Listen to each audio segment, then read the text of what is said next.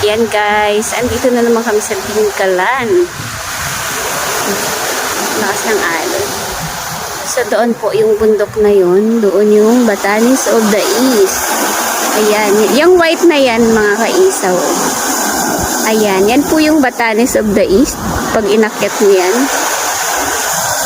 Oh my God. Bali. Yan yung ano, diba, Ness? Yung, anong tawag dyan sa yung white ng Batanes of the East? Yan yung lighthouse po ng Batanes of the East. O diba, ang alon ng cellphone ko. Ayan, kung napapansin nyo yung white na yan, yan yung lighthouse ng Batanes of the East.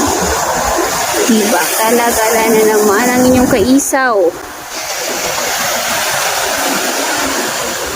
O diba? Oh, meron doong lovers and parties. Ang birthday girl. Sa Antipesa at San Pedrito na yun sila. So, ayan.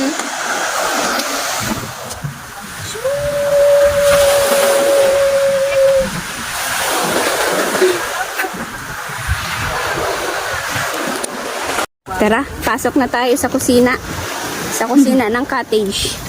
Oh, ayan na yung mga katandaan, kumakain na. Kain po tayo sa class. Si Dunya Gina. Yan, si Auntie Elsa. Hello, Lola.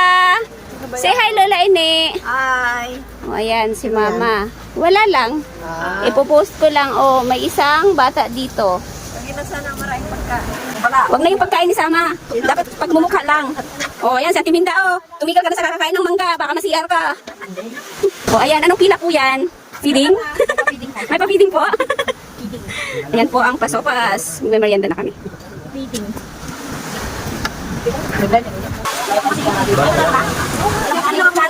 Hindi kakampi mo yung manugang mo. Wala, huli kayo, pero di kulong. Ayan, sopas sa tabing dagat.